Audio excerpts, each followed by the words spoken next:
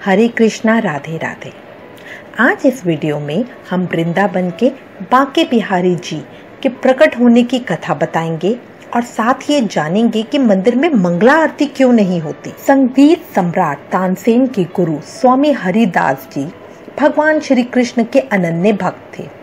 इन्होंने अपने संगीत को भगवान को समर्पित कर दिया था।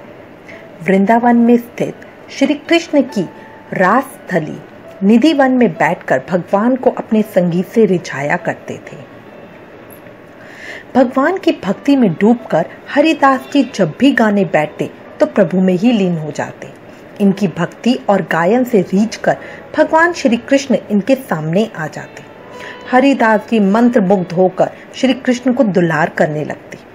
एक दिन इनके एक शिष्य ने कहा, गुरुदेव, आप अकेले ही श्री कृष्ण के दर्शन लाभ पाते हैं, हमें भी सांवरे सलोने के दर्शन करवाएं। इसके बाद हरिदास जी श्री कृष्ण की भक्ति में डूबकर भजन गाने लगे। राधा कृष्ण की युगल जोड़ी प्रकट हुई और अचानक हरिदास जी के स्वर में बदलाव आ गया। श्री कृष्ण और राधा जी ने हरिदास जी के पास रहने की इच्छा प्रकट की।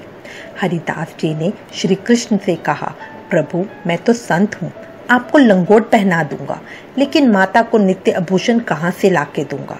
भक्त की बात सुनकर श्री कृष्ण मुस्कुराए और राधा कृष्ण की युगल जोड़ी एक होकर एक विग्रह के रूप में प्रकट हुई। हरिदास जी ने इसी विग्रह को बांके बिहारी नाम दिया। बांके बिहारी मंदिर में इसी विग्रह के दर्शन होते हैं। बांके बिहारी के विग्रह में राधा कृष्ण दोनों ही समाये हुए हैं। जो भी श्री कृष्ण के इस विग्रह का दर्शन करता है उसकी सभी मनोकामनाएं पूरी होती हैं। भगवान श्री कृष्ण अपने भक्तों के कष्ट को दूर कर देते हैं। अब आपको बताते हैं कि मंदिर में मंगला आरती क्यों नहीं होती। एक दिन प्रातःकाल हरिदास जी देखने लगे कि उनके बिस्तर पर कोई रजाई उड़कर सो रहा है।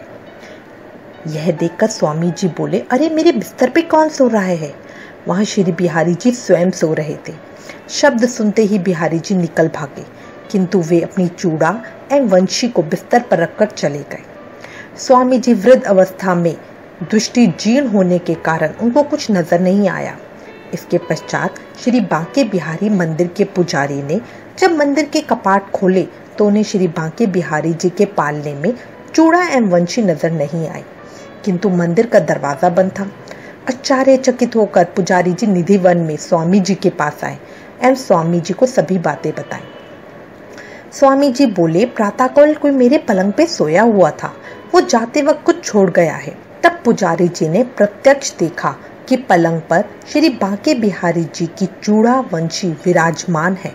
इससे प्रमाणित होता है कि श्री बांके बिहारी जी रात को रास करने के लिए निधिवन जाते हैं।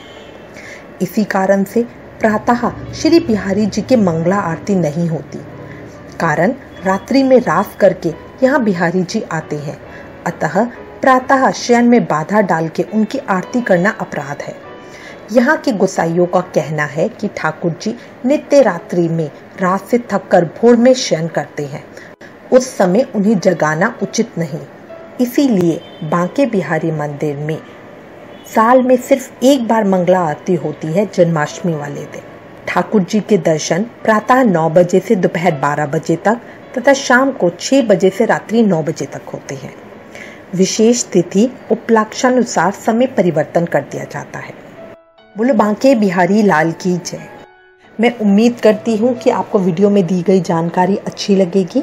इससे रिलेटेड अगर आपके पास कोई भी कमेंट्स या सजेशन है तो प्लीज़ हमें लिखिएगा। Thank you for watching. Hare Krishna.